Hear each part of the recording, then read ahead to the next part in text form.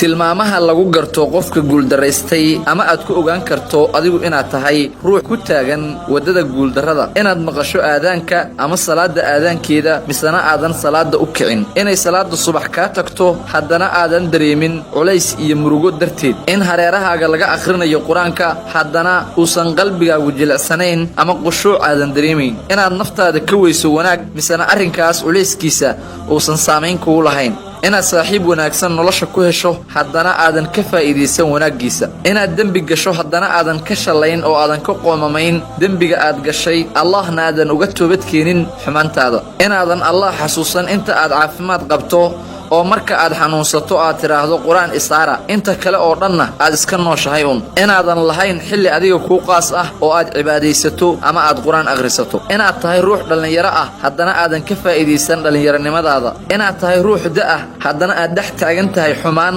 samaantana aadan aqoon in waalidkaagu ay ku nool yihiin haddana aadan xasuusan wanaagooda adiga oo caafimaad qaba calaamadahan iyo kuwa kale oo badan allah naga hayo waa calaamado tilmaamo u ah inaad ku socoto dhabbihii guuldarrada